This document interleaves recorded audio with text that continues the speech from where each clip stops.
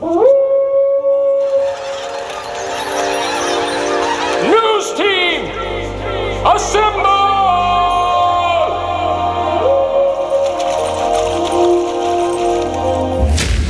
It's back and bigger than ever. It's the unofficial 40 from Soonerscoop.com.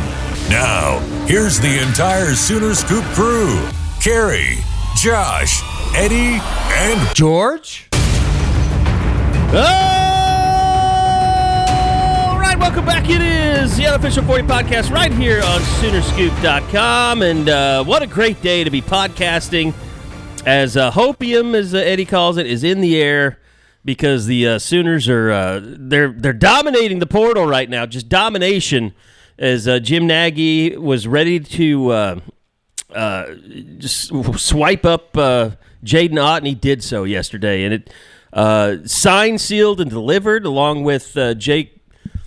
Where are we going, George? What's our pronunciation guy? There's actually a pronunciation out there. Oh yeah, it's Maikkalu or something. Maikkalu. Okay. Or Maikkula. Maikkula. I think it's got to be Maikkalu with the H at the end. Yeah. So yeah, Maikkula, Jake Maikkula, the a lot of people, and we'll get into this more, but feel like he could be the starting center for the Sooners over Troy Everett next year. But regardless, they needed someone at center. We talked a lot about it during the spring to back up Troy Everett if needed, and the candidates weren't really, not that they weren't promising, but they were just a strange combination of people. I mean, from Eddie Pierre-Louis to Josh Isosa. I mean, it's kind of all over the map. So having Jake Maikkalu, that means that they have some depth now at the interior, and you can always slide over to guard, or you could put Troy Everett at guard if you need to. It never hurts to have two guys that know offensive line calls on the line at the same time. So anyway, welcome back. It is a lot of fun. The transfer portal is officially open. I wouldn't say that, I don't know, the activity is just massive, but it's going to continue to grow and build, and we'll see what happens with Oklahoma, obviously on the search for receivers after Javonte Gibson. But welcome in Josh McCuistion. Welcome in Eddie Radosevich, George Stoya. I'm Kerry Murdoch. And Josh, it's a fun time right now. It's a fun time for the fans, fun time for us. Absolutely. I mean, that's getting to go watch, what could be. And, everybody will talk about Jaydn Ott, but, as I was going through the tape and doing some of our content stuff last night, I got to watching Jake Maikkula, and I was like, this guy's kind of interesting. There's some stuff there that you like. He's real long. He's real athletic. Moves around really well. This isn't a guy that's, got to be entrenched in the center of the offensive line. If they wanted to do some unique stuff and put him out in space, moving to the second, moving to linebackers, like he can do that stuff. Now he's raw. He hasn't played the position nearly as much. I think he started 7 games last year, if I read the stat right, at center, and that was really his first experience there. So there's a lot of growing into it. And then, of course, again, guys, I couldn't be more excited for OU fans to watch Jaydn Ott. I think he is better than people realize. There was a certain amount of men's athletic synergy on Tuesday night between that 20-minute period where Maikkalu commits and then Jaydn Ott commits, and OU baseball was putting up 5 in the first inning of Bedlam. It was you were at Bedlam. There's a lot of good things happening to OU men's athletics right now that I was not prepared for. That was it was a good night. Really good start for Jim Nagy and company in the portal. And like you said, Josh, I know that we've had tons of stories. You've done a couple breakdowns of Jaydn Ott, but I don't think that we can express how badly Jim Nagy wanted Jaydn Ott from day one. And to go out and get him, it's a great sign of things to come for Oklahoma and the not just this transfer portal cycle, but I think moving forward. I mean, if he can make that as a basis or a bottom floor of what he's building foundation. Or helping, foundation. I like it. I like it a lot. Jaydn Ott was their number one guy on the board at any position. I mean, this is a guy that they 1,000% wanted, and I think the most impressive thing is that they got him without, to my knowledge, him being on campus or going on any other visits to anywhere else. To be able to pull that off is pretty impressive. And the OU is poor crowd is once again silent, because this was not a cheap ordeal from what I understand. Now, I think that they got him on a deal that they are comfortable with, but I could not be more impressed with Jim Nagy and his front office so far, just because, I've covered this now a couple years, the portal. And I don't want to say that OU was unorganized going into the portal, but sometimes I think that there was definitely a sense of what's the plan here, and going after guys that maybe... Why aren't they being more aggressive? Why aren't they being more aggressive? Or also, like, why are they going after this guy? And they're getting in a bidding war over a guy that's maybe not worth the money that they're having to cough up.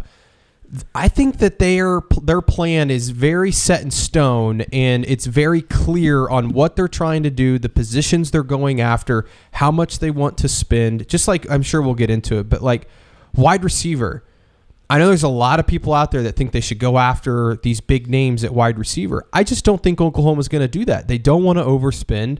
They feel like they can get a quality depth, or two wide receivers in the portal that they don't have to pay a ton of money for. And, I think it's smart. Like, they're looking for value. And, we kind of said that in the winter, but there were still some takes that they took that you're like, really? That's who they're going after? And so, I don't know. It just feels like there is some real organization in terms of their approach to what they're doing in the portal. Well, I think just having a central figure like Jim Nagy, whose only job is to focus on personnel. I mean, that's such a different approach for a college program. It's like you saw the tweet where a year ago he tweeted out about Jaydn Ott. I mean, just about how much he liked him as a running back.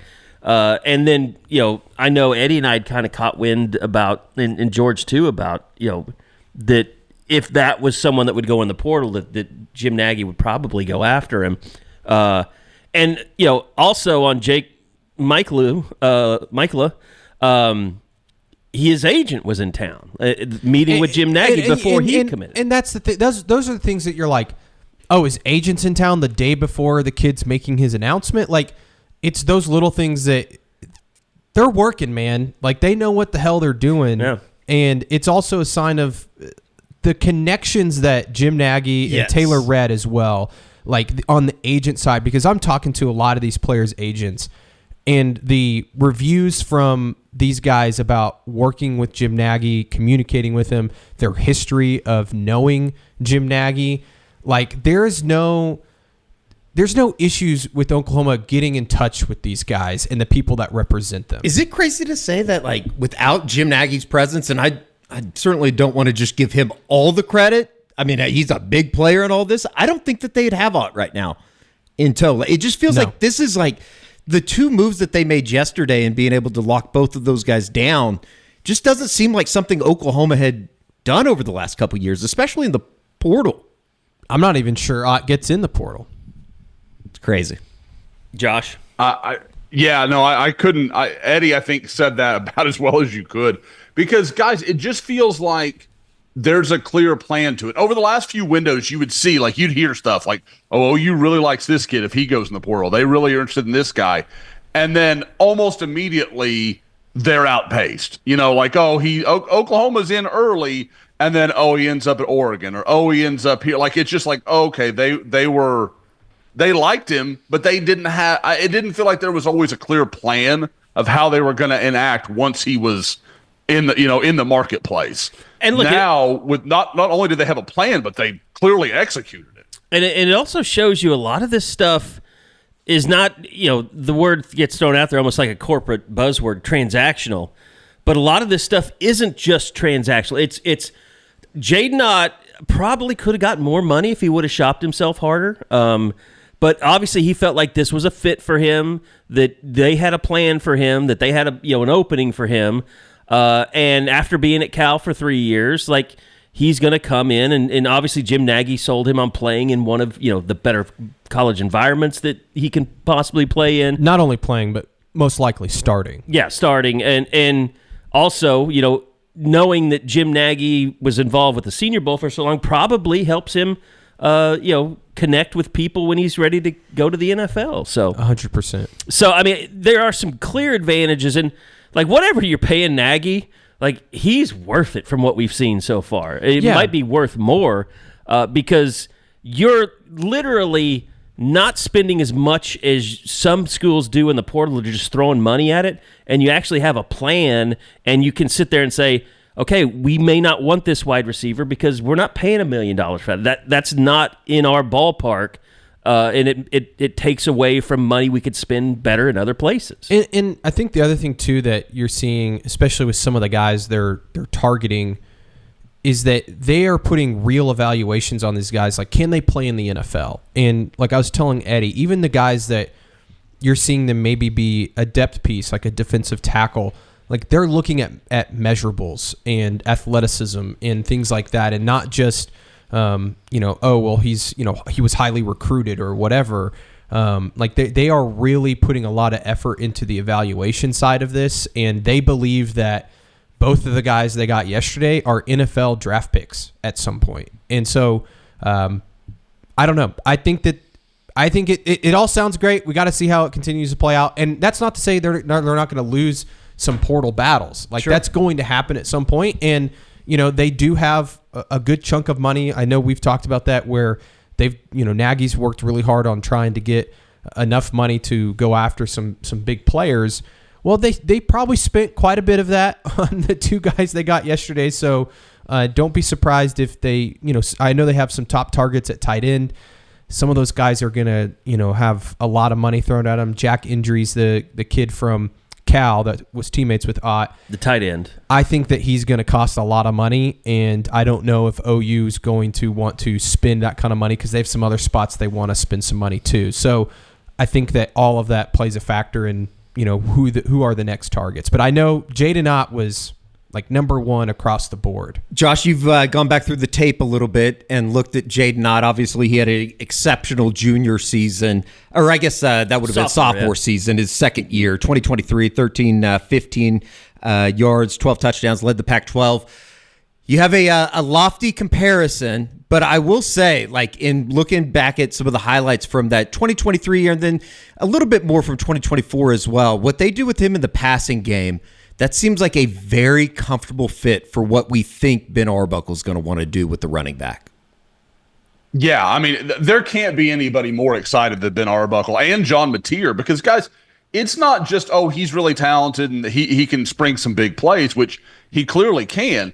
But this makes the passing game more viable. This makes John Mateer's run game more viable. Like, this opens up all sorts of things because Jadyn Ott has that, like, unlike any OU back in, I mean, gosh, guys, are we talking since Mixon that, like, truly had home run ability? Guy that can absolutely take it 70 if he gets some space. Like, that they haven't had that in forever. So I that's the guy I compared him to, and I think he shows a lot as a receiver. I think he's got 94, 96 career catches at Cal. I mean, like, he's been very active. And I want to say, for people that have, and I've had a few people say, like, Josh, I wasn't that excited about him. I don't know what I missed on film. I think because a lot of people are watching 2024, and I know he had some ankle stuff. He had a couple of injuries. And to the kid's credit, he fought through them. Like, I mean, he played a lot of football for Cal in spite of pretty much everyone telling you he was not right most of that season. And, one of the few games he was healthy was that big Miami game where Cal got that huge early lead. Miami came back late with Cam Ward and won. He played well in that one. I think had like a 70-yard run that scored. So again, I think if you really want to see him and what OU is buying into, go look at 2023 because there is – I want to say his PFF grade for 24 was like 64.8 or something like that. And in 23, it was like 86.7 or something along the lines. I mean, a very different player from year to year. He was also great his freshman year at Cal. 170 carries, 897 yards, 8 touchdowns as a freshman. Good kickoff returner too, right? Yeah. Yeah. Really good. He has a really unique ability to bounce it outside, and it just feels, I don't know, Josh, you'd be able to tell better than I, but it just looks like he has a great feel for running the football, and especially even on some of the highlights from the 2023 season, in between the tackles, for a guy that he doesn't look big on tape, but he's 6'1". I mean, he's a big guy. Yeah, I think he's listed at 6', 6'1", kind of depending on where you're looking, like 210. So I mean, he's well put together. And I agree, Eddie. Like the speed, everybody can talk about that. And the speed is funny because you go back and look at his high school track times.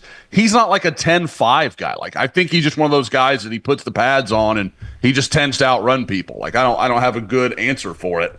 But the thing that stands out to me is like his vision and like his feel as a running back. Which I've actually, through the years, listening to Jim Nagy and like guys like Daniel Jeremiah and all these other NFL evaluators, I hear them talk about there's nothing that's more overrated than speed in a running back, and there's nothing that's less underrated than a guy's ability to feel his way through running lanes. And while that's not they're talking about the NFL. The SEC is the closest thing you're going to find to the NFL, and being able to pick up 2, 3, 4 extra yards whenever it's possible, that's huge. That keeps drives moving. That keeps the ball going and really keeps your offense on the field. So again, I think a lot of people were excited about Jadyn Ott, but as I went back and watched the sophomore stuff, that I really I saw him in bits and spurts in 23, but I didn't really get to watch him. Really watching some of that, watching like full halves, some of that stuff. Man, there's a lot here that if Oklahoma can figure it out up front and can just give him some time to work, I think he makes all the sense in the world. And the way he runs also suits Oklahoma's offense, where they're going to give him some options. They're going to give him, okay, this is the front side. Here's the back side if you see that. Like, there's a lot of it's a really, really natural fit, in my opinion. I would say, you guys, and a lot of people talk about this, Eddie, his vision is very good. I'm not sure if his vision is better than yours because probably not. I mean, you go to the best place for vision. So yeah, I mean, and we can certainly outfit him with some LASIK. It's a in and out process, and if he wants to get a value, he can probably do that too. The world may seem a little uncertain to Sooner fans. One thing is clear: LASIK at Enjoy Vision brings life into focus. Right now, they are giving away basically $1,000 on LASIK. All you got to do is schedule a free consultation at enjoyvision.com. That is the letter NJOY vision.com. Save $1,000 off on LASIK and start seeing the good all around you. Probably going to be like 13, 14, 15 Oklahoma football wins next year. You'll want to be able to see that, won't you? Enjoy Vision. Strong. This is where Sooner scoop LASIKs. By the way, speaking of drugs, did I see Mikey Henderson into the portal? That seems like a damn unneeded shot at somebody, at a young man that's trying to turn his life around, that's trying to do Trajan better. Bridges is in there too. It seemed. I mean, I'm cheering for all of them. I'll tell you this. Yes, he did though. I think he got offered by Sacramento State. Possibly, is that what it was?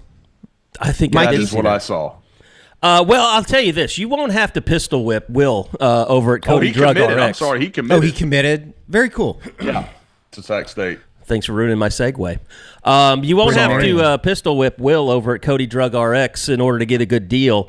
If you're looking for more energy, better focus, or just want to stay ahead of the game, check out NAD Plus injections from Cody Drug.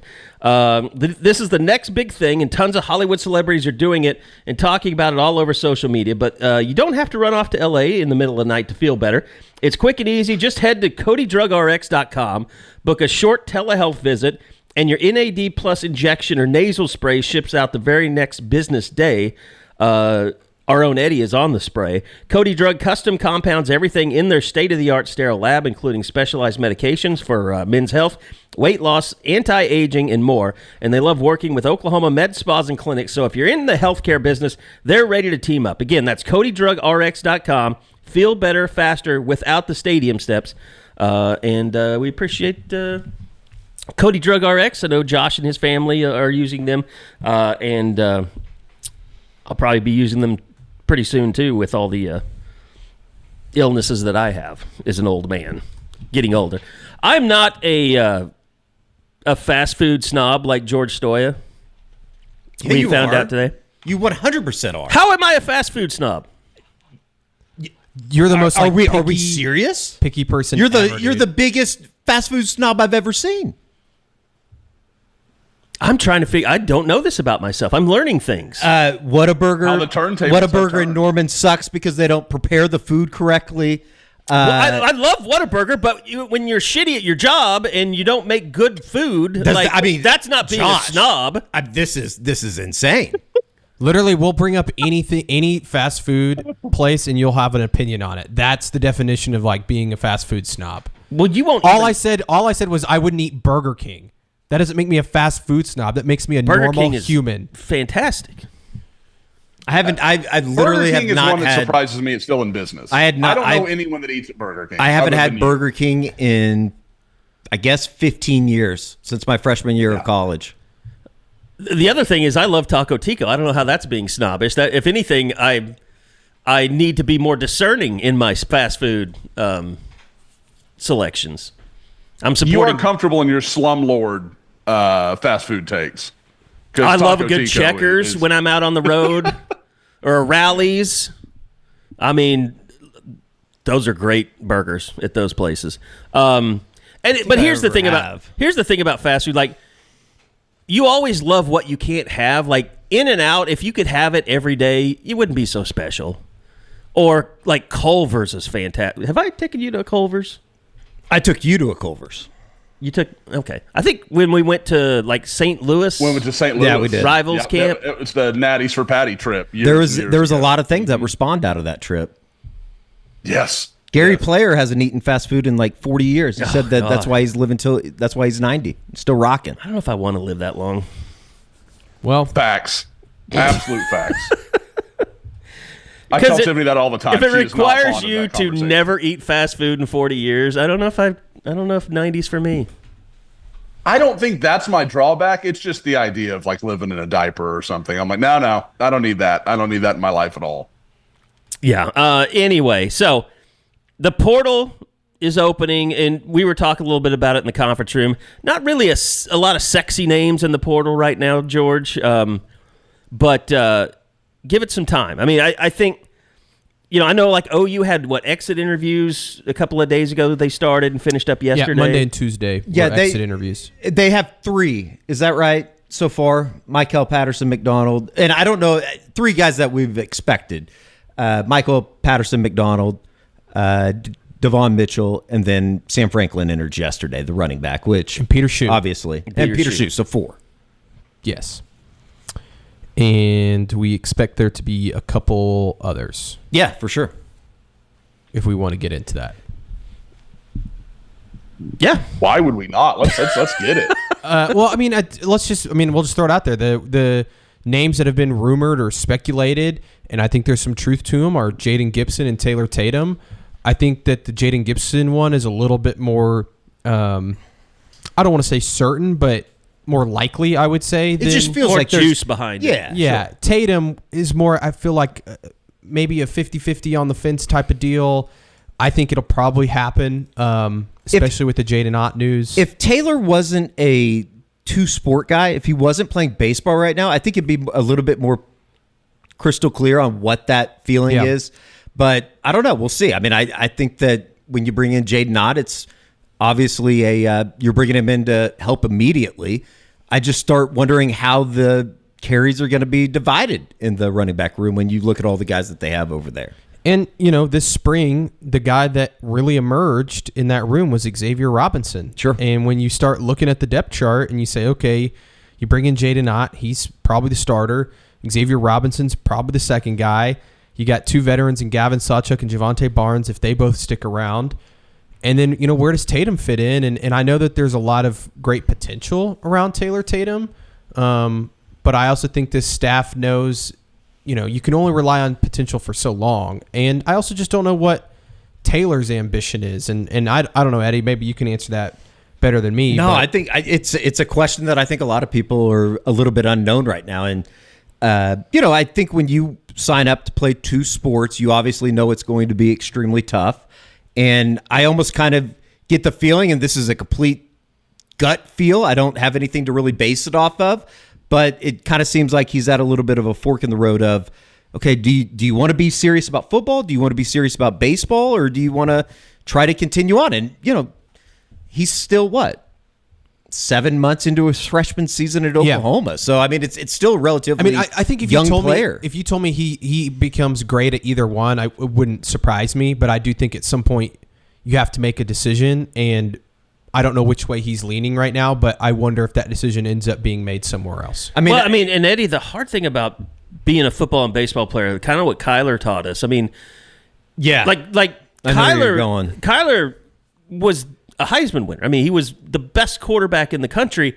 He never was able to put in enough time really and dedicate as much time to become known as one of the best. It's just college extremely baseball players. difficult to be going through spring ball while you're in the middle of a baseball season.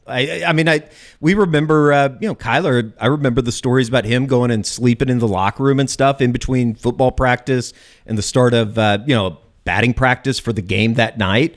It's just extremely tough. And obviously, I would say that Taylor has not played baseball this year. He's on the team, obviously, but they have a little bit of depth in the outfield. And, he's, I think, worked through some injuries on that side of the thing as well. So, but Kyler kind of dipped his toe in it the first year. Yeah, he did. He wasn't an everyday starter. Kyler's also just an incredible athlete. He was picked number 9th overall or whatever it was. Number 7 overall by the A's. Yeah, I mean, it's like they saw this guy and they know what kind of athlete he is. He was starting and playing, and he was a part of the lineup. He was hitting cleanup. It's just really, really tough. And I'm super interested to see, if they are able to hold on to Taylor Tatum. I don't think that his career is by any means over. It's, I guess, in a sense, has just started with OU. So I don't know what he's going to do. And look, he had, we were driving somewhere when his commitment. Yeah, we were coming back from Nashville from the SEC Media Days. Yeah. I mean, I remember seeing that whole team around him, and it was a big production. It's like he got paid coming out of high school. I mean, he was in high demand, and it's got to be difficult for him because I think right now he probably, from things that I've heard you talk about, I mean, it seems like he loves baseball. Maybe he doesn't love football as much. Yeah, I don't know. You're stuck because the NIL, you're getting all the money for playing football. Sure. And if you just want to, if you love baseball more than football and you just want to play baseball, you're not going to make any money. I mean, you're going to, find someone, they'll probably offer you a full scholarship so you don't have to pay for school. But I don't know if any baseball programs really have big NIL packages for their players. I think it's probably a case-to-case kind of basis. If you're Paul Skeens, LSU certainly has some money for you when you're in the transfer portal from Air Force, but that's probably a much different situation than somebody like Taylor's looking at right now. I also think from Oklahoma's point of view, if Taylor were to leave, I don't think it's a situation where they're like, oh my gosh, we can't lose this guy. Like, we have to come up with the money to keep him. Like, I don't think that's the situation, and I think that's just because, again, he's a young guy, and in his few appearances wasn't great. He showed flashes, but sure. He had fumbling problems. Mm-hmm. He had some injury issues last year. He's got a coach that's tough on him. Yeah, I think that it's all of those things. So I don't know. I think the Jaden Gibson one, if we want to get into that, is a little bit more obvious, and we've kind of hinted at it just because he's had such a tough go this last year. And I hate using the phrase fresh start, but I really, truly do think that might be best for all parties involved when you look at the injury he had last year right before fall camp or the first, I think it was like the first or second practice of fall camp, and then to re-injure it. And, when you don't see the guy at all around the program or the building out at practice, that's usually a pretty big red flag. And so I think that this would be somewhat of a mutual parting if it does happen.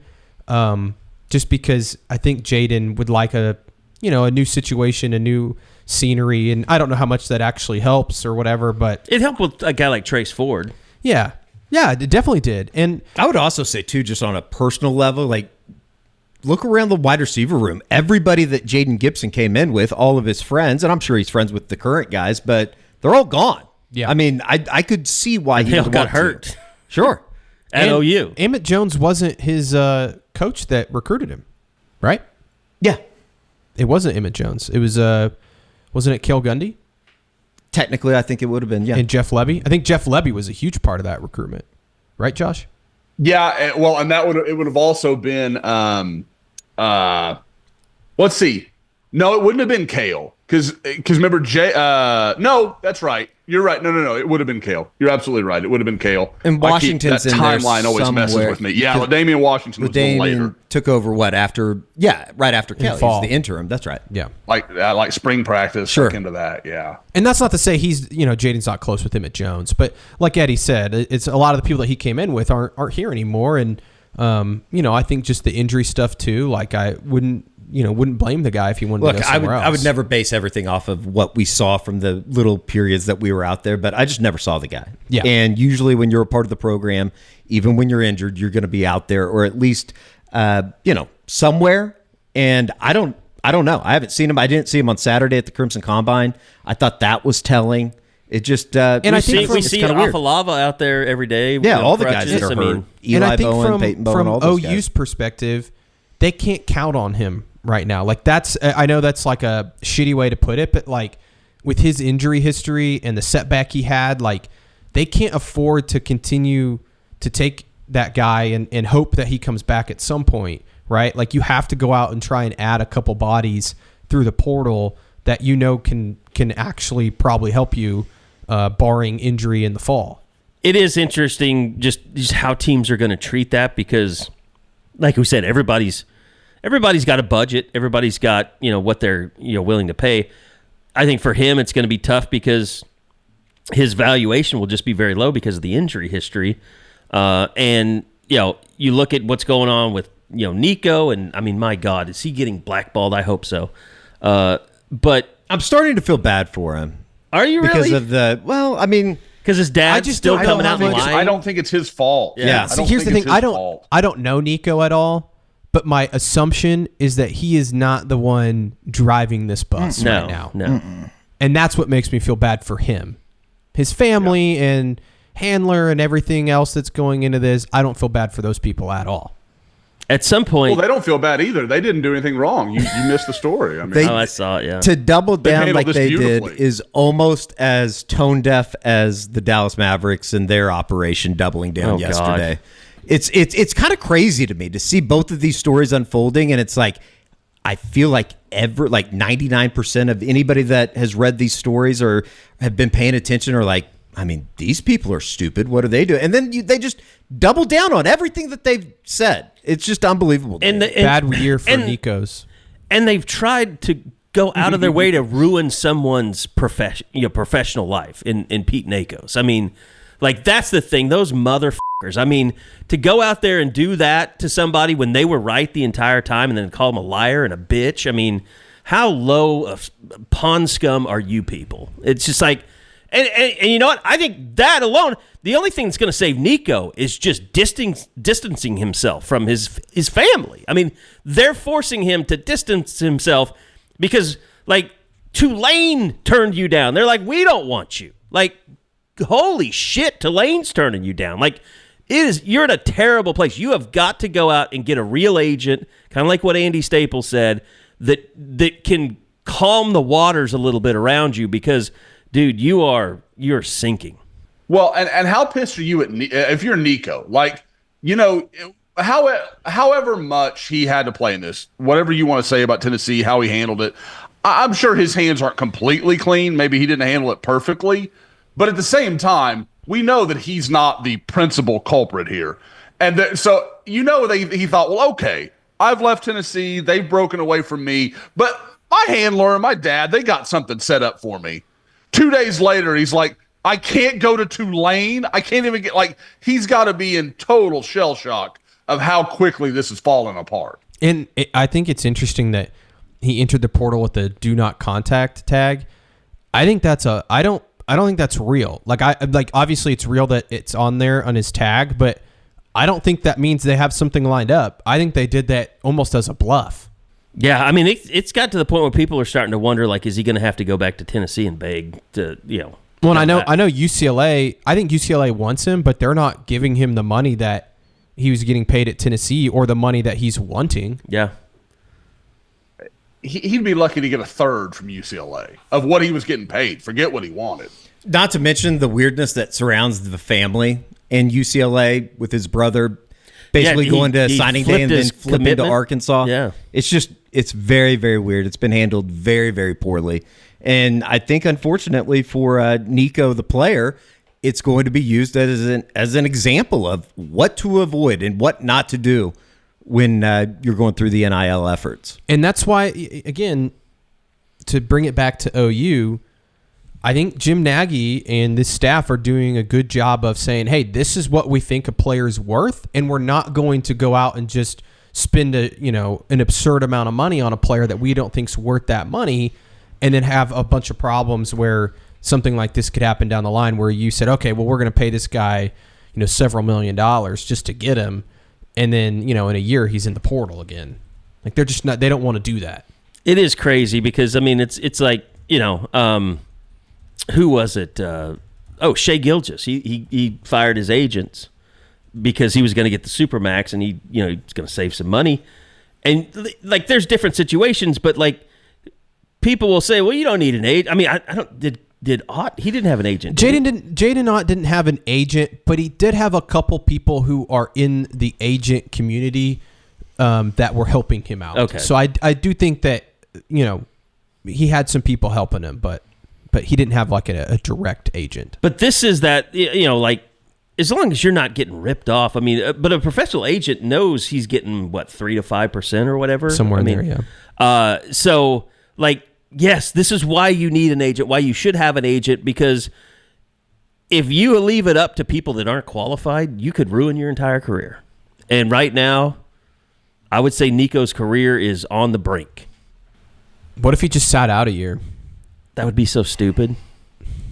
I mean, what would that do? I thought of that very thing. Well, I don't know. I think it would be stupid too, but I've just been trying to run every scenario through my head. I mean, your goal is to put stuff on tape so you can go to the NFL. Sitting out a year is contrary to that. Doesn't do anything for you unless you just want the PR nightmare to die down. I think, what if he went somewhere small and just put up massive numbers? Like I'm talking like go back to like California, go to Fresno State or somewhere like that, and just put up big numbers. And then a year from now, it's like, okay, he kind of paid the price. He had to deal all this, and now he can go back and try to get some real value for one last year. This is what he should do instead of sitting out a year.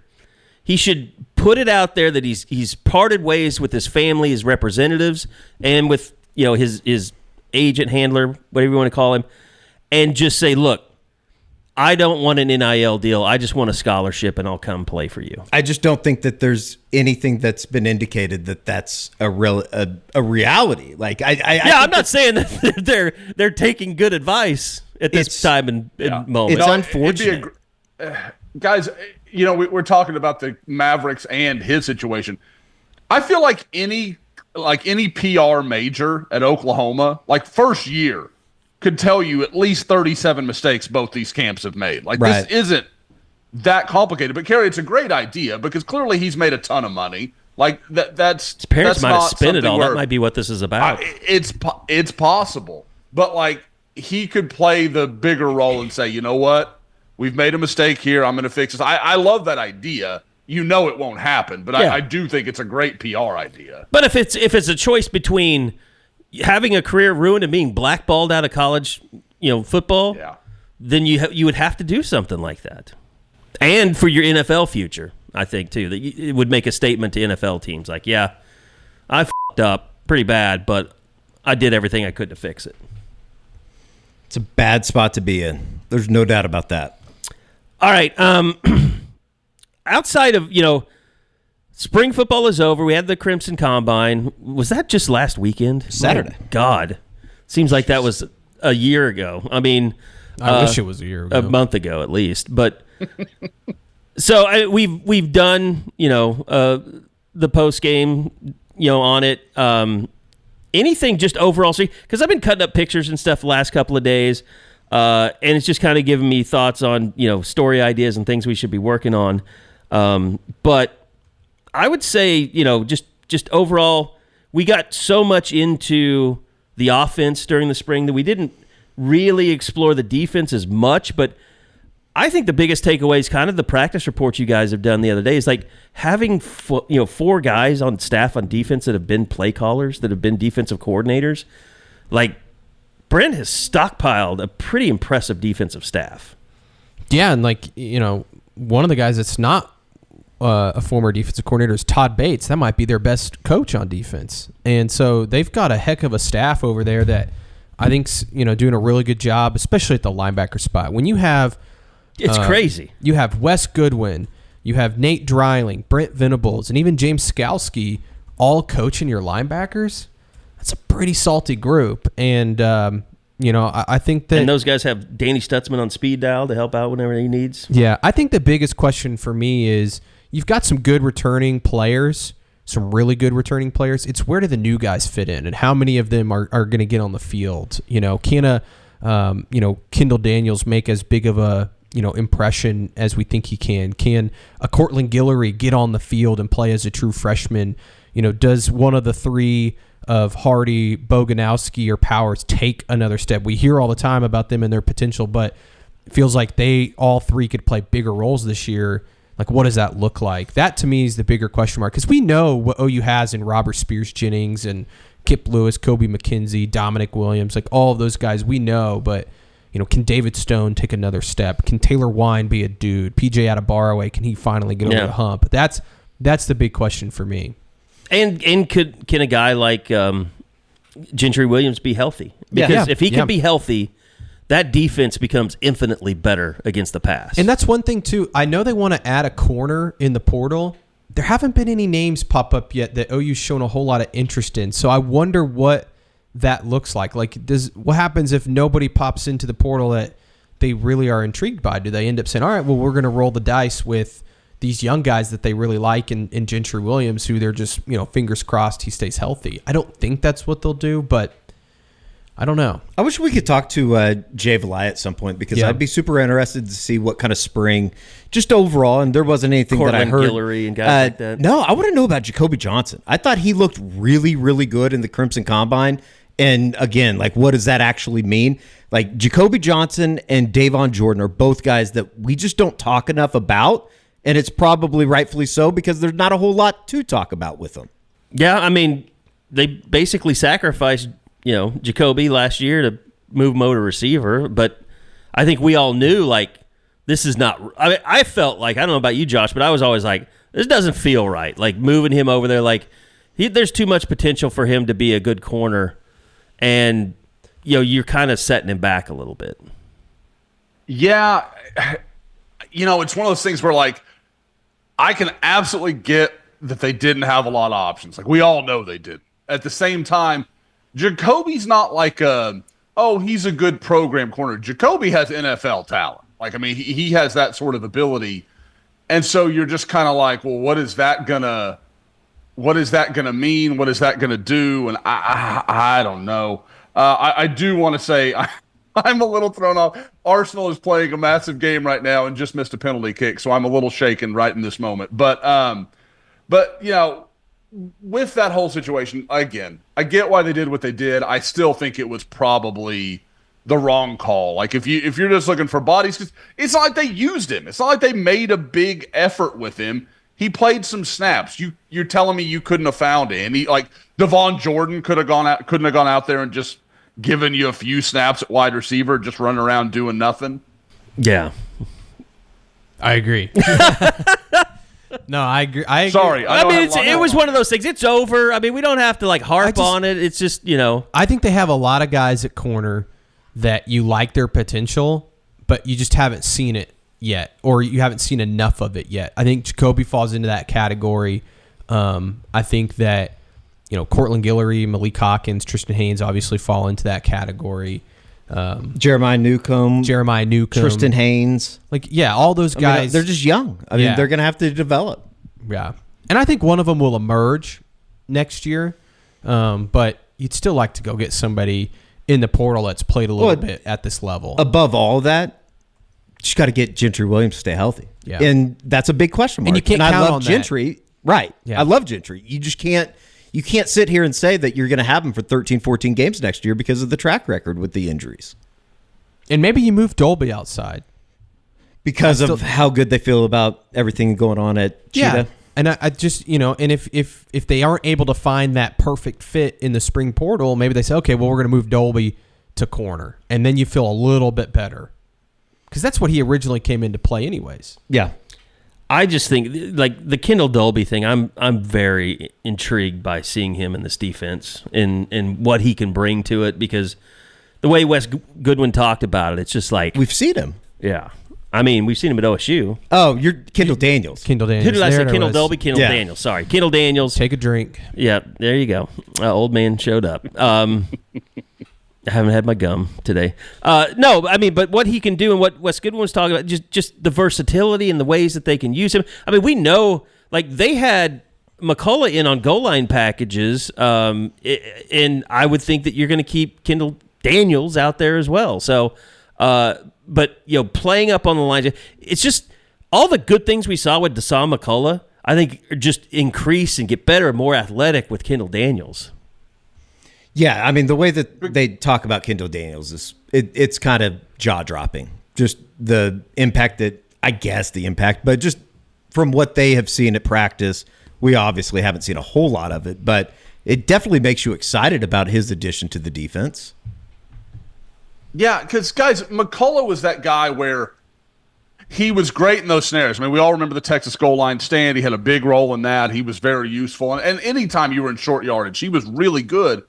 If Daniels can give you most of that and then not be a liability where teams are trying to get him in matched up in one-on-one situations, then, I mean, that's the point of that position, because it gives you all this flexibility with how you can play. It's one of the rare times when a defense can kind of dictate terms to an offense, because they have a guy that you can't play the numbers game with. He can do either one. And that's, the one thing when I talk to people or ask questions or just, been there for interviews with coaches, like, dropping in coverage is one of the first things that most people mention with him. Like, just how good he is at doing that. All right, Josh, recruiting-wise, I know we're running short on time here, but kind of give us an overview of, obviously you were at the Under Armour camp on Sunday. You can see the recruiting report that is up with highlights that Eddie George and Josh recorded earlier this week. But outside of that, is it next week, 2 weeks you're coming to Oklahoma? No, it's like end of May. It's always when I do that week. Oh, okay. Yeah, so we got a little while. But, practices in Texas, like this week is kind of, they start, issuing like helmets and shoulder pads and that sort of stuff. And then next week, for those that don't know, in Texas, you have the option. You can have a spring practice, or you can have some extra practice time in the fall. You can do it any way you want to. It's really at the school's discretion. So the schools that will be having spring practice, they are going to get started really next week. So talked to several guys already. That's when I'll start getting out on the road, is next week, when we have a little more practice availability. And then, again, you talk about the Oklahoma tour, and then you go into the summer camps. But for those that have missed the recruiting report, first of all, go watch it. We've got video to go with a lot of this conversation. But I would say the two guys that really stood out to me were Kennedy Brown, the 2027 offensive lineman. That's the number 5 overall player in On3's rankings right now. He's an absolute beast. Just a unbelievable player. Now, I will say, I saw the measurements get released, and he was at like 6'3.5". So he's a little on the shorter side for an offensive tackle, but again, like his movement skills, his length, like that's about as nitpicky as you can get with him, because he looked as good as you could want him to. And then the other one was Jalen Brewster, the big defensive lineman that listed OU in his top 3. Really active, 6'4", about 280, 85 pounds, and super twitchy. There's kind of a. I mean, God, I feel like I've already thrown out one huge comparison, but there's some Gerald McCoy stuff in there with like that frame and that burst. And again, I'm not saying he's there, but there are some tools that are similar. Let me ask you, what is your kind of read on I may not say his last name right, but on Jake Cruel and where things stand right now with him? He is one of those guys, like, in a lot of situations, I'd say, oh, you're probably not going to get this guy. He's a top 50 guy in the country from Florida. Really could go just about anywhere he wants to. But he is such a Brent Venables, Miguel Chavis kind of guy. Like, you can tell he just runs hot and he loves football. Like, he's the kind of guy that when Brent goes on like that 10-minute rant about, football and the guns are fired, like Brent gets into that moment. I guarantee it resonates with that kid. Like, and I just like, he is exactly their kind of guy. And there are people that absolutely feel Oklahoma is going to win this race. I'm not ready to say that because I just think there's a lot that's got to be covered, and he's going to take a lot of visits and look around a lot, and we'll have to kind of see what comes of that. But again, Oklahoma is 100% a true contender, both with Jake Krull and KJ Ford. And if there's any position where Oklahoma's going to land their top handful of targets, it's defensive end. Because I would say if Oklahoma, the two guys they've zeroed in on for 6 months now, I would say are those two guys. Another guy that you saw down at the Houston Under Armour camp, Jordan Clay.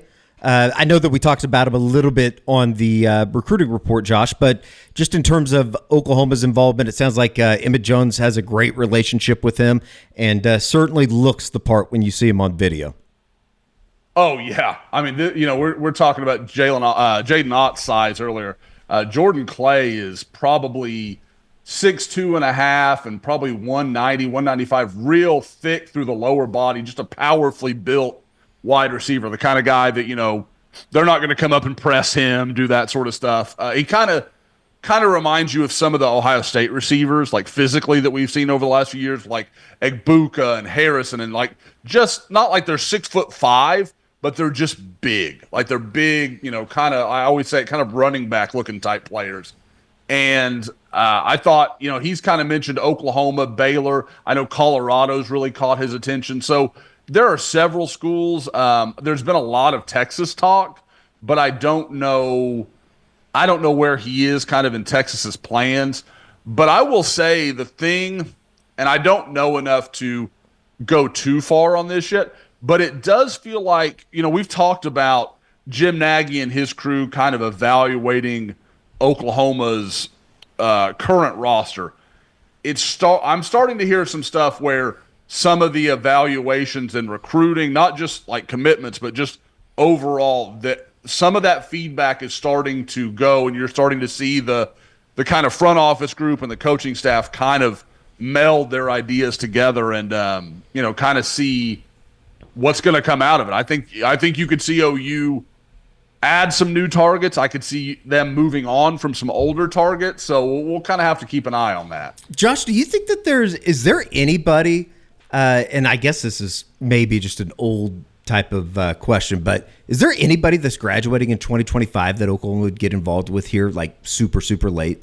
I don't really see that, Eddie. Yeah, it kind of seems like, we're talking about 27 more than we're talking about 26, let alone 25. Yeah, largely just because, again, like, what are you going to find at this point in 25 that you couldn't find in the portal? Yeah. Like, who's going to – and again, in the portal, like, okay, we need – kind of like we were talking about earlier at receiver. They just need a guy that can take some reps and can do a few things and whatever. Okay, fine, no big deal. And then you're kind of stuck with, like with the portal guy, he can be gone in 1 year.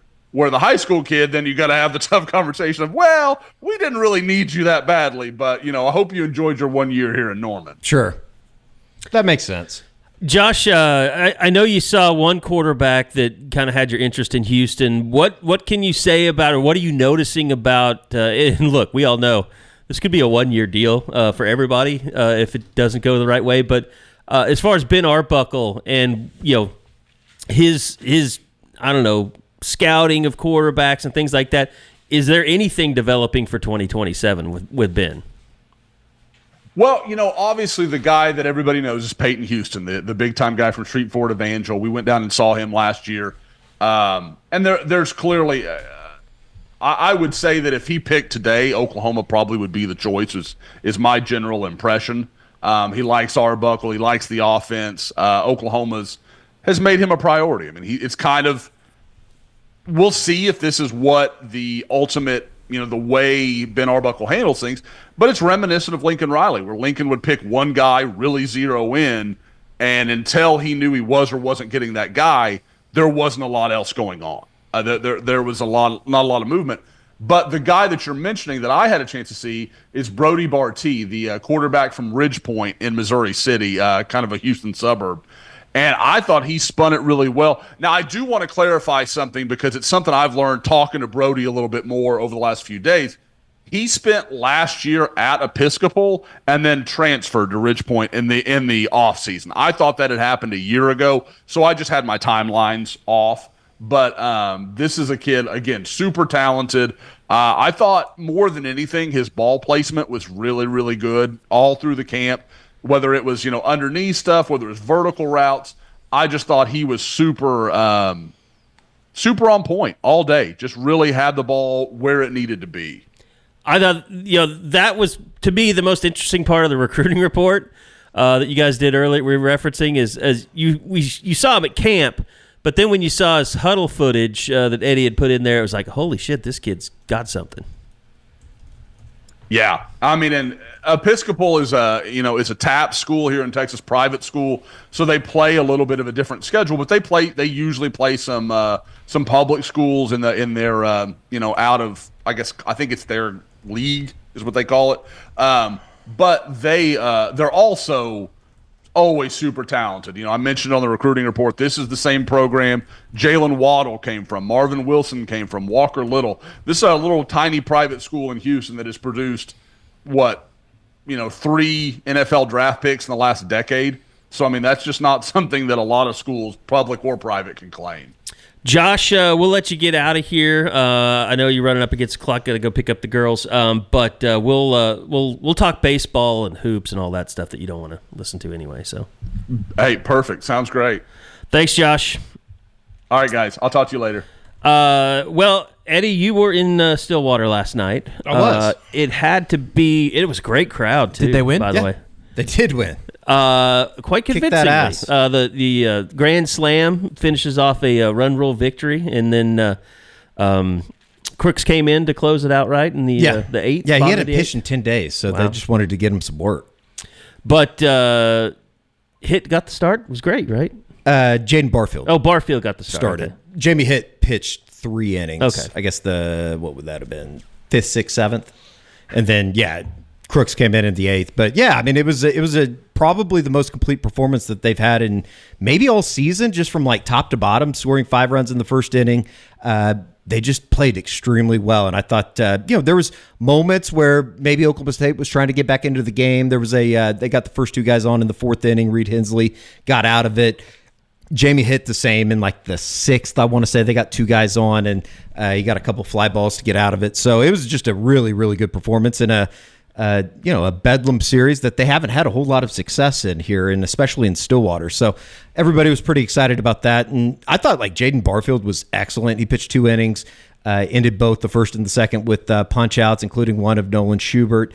Oklahoma State just not very good this year. I don't know what's going on there. It sounds like they don't have a whole lot of protection for Schubert in the 3-hole, and things have kind of just trickled down. It's a bad situation. But on the flip side, it was a really good win for Oklahoma. They go up to Missouri now, Thursday through Saturday this week, obviously with Easter coming up on Sunday. I don't know exactly if they're going to be able to get all these games in. Another weather situation up in Columbia this weekend with rain and just kind of miserable weather. So Kate Crossland on Thursday night, Kyson Witherspoon, who won SEC Pitcher of the Week on Friday, and then Malachi Witherspoon on Saturday. So really good opportunity to rack up a bunch of wins. Missouri is just flat out not a very good baseball team. They're 0-15 in conference play, and you should go up there and I hate to say sweep, but you should go up there and win 3 games this weekend. So they're changing the rotation just because of last week and Kyson having to go on Saturday. I think they're just sticking with it. Yeah, just sticking with it with what they did, because that would be obviously a extremely short rest in the turnaround. Yeah. So Kay Crossland, I thought he pitched really well last Friday, so making that spot start against Vanderbilt. They played really well over the weekend, taking 2 of 3. I know that Skip was pretty pissed off after the game on Sunday just with how they played, even coming off of a run rule on Saturday, and then they got run ruled on Sunday on getaway day. So Vanderbilt's a good team. I mean, they definitely in the middle of the pack there in the SEC alongside Oklahoma, and I don't know. I'm kind of buying back in a little bit to what they are doing offensively. They hit the ball extremely well last night. Jackson Willits had a good night. Jason Walk only had the one hit, but it was the grand slam there in the top of the 8th. And then I thought Sam Christensen played really well last night. He was 3 for 4, had 3 RBIs, had a big double in the first inning to score a couple runs. They're taking advantage of errors. So it was a very, very complete performance. I was pretty pleased to go up there and watch that last night. All right, and we'll probably have what we're going to do, maybe stickball here. Yeah, probably tomorrow, maybe. Okay. Tomorrow, Thursday. Need to do a hoops report. Bob will be able to come in and talk a little bit more about this, but quietly, Oklahoma and Porter Moser's having one of the better portals of anybody Oklahoma's had. But yeah, like you said, of anybody in the country, and bringing in Nigel Pack and Tay Davis was excellent. They're bringing in Justin Scott from St. Joe's. That hasn't been announced yet. And then Xavier Brown, his stepson, really, really good point guard for St. Joe's last year on a St. Joe's team that kind of underperformed a little bit in the A-10. So what do you think is the starting lineup right now for next season? That's a great question. I would say somewhere along the lines of Nigel Pack, Tay Davis. Brown. Yes. But I don't how does Jaydon Jones and Josh Nwankwo fit into it? I think one of those guys is going to be the odd man out, maybe. Yeah. 6-man action. And then Mo Wagi and then will be... Mo will be the big guy. Yeah. I know that I think it was the Overtime Elite AAU stuff put it out over the weekend with Kai Rogers. He looks incredible. A lot bigger than I was thinking. I don't know what I was necessarily envisioning, but I think he's definitely going to be a 5 that they're going to count on next year as a freshman. Dayton Forsyth, Kai Rogers, Jeff Wenko or Jaden Jones coming off the bench. It's a pretty solid, group of depth that they've got going on. Yes. And by the way, you know what today is? It is the regular signing period for women's basketball. So Aalyah Chavez should be signing today. Oh, very cool. So it's awesome. They haven't done a whole lot in the portal, have they? It's been kind of quiet. They had Gianna Neepskin from Utah. She's a baller. She's supposed to visit. I don't know if she has yet. I need to check if she's visited yet. But her visit list was she averaged 18 points a game last year. She's really good. And her visit list is OU, Texas, South Carolina, and UCLA. She must be good. Yes. Wow.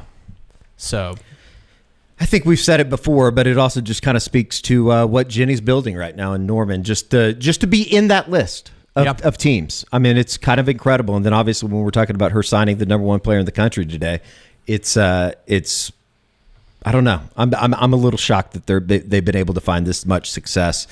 Maybe this quickly. I don't know.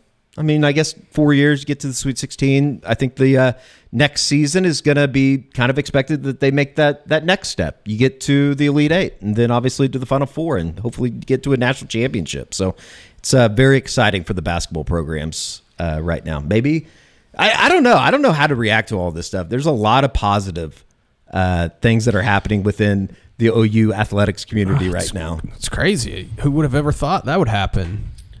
Yeah, and I think the main thing is just things are good. It's I think yesterday's Except for the softball developments. team, they stink. Well, they've lost 2 SEC series now. Probably lose another. To be honest. Well, they lost and 2 in a row. They lost Alabama to Brock Vandegrift's sister. It's crazy. I didn't even know that she was a softball player, to be completely honest. And Brock Vandegrift, former OU commitment, ended up going to Georgia, transferred to Kentucky. I think he's transferring again out of Kentucky, isn't he? I couldn't tell you. I think he was done with eligibility. I don't know that for a fact. Vandegrift. Brock Vandegrift. Oh. He might have been. I really don't know. It's kind of crazy though. But yeah, it's an exciting time, and there's never been a better time to sign up with the portal open. The intel that's coming out, it's daily. If you want to get your fix and you want to get it from a trusted source, we're not here just throwing stuff up because we're making it up and we want you to subscribe to pay for it. It's legitimate information. That's how we've always done it at Sooner Scoop. I know not everybody's done it that way, but we're not that. We take pride in what we do, and we verify information. We'll have some swings and misses from time to time, but I think our track record kind of speaks for itself about how much our information is vetted and accurate and all that. So $1 to sign up if you've never been a subscriber. If you have been a subscriber, there's never a better time to get back on there. The message board is popping. The portal thread is just portal bananas. thread is insane. But yeah, a lot of people signing up right now after yesterday, so we want you to be a part of our community. So thanks to all of you out there that are members, and if you're not, what the hell are you doing? Get on there. $1.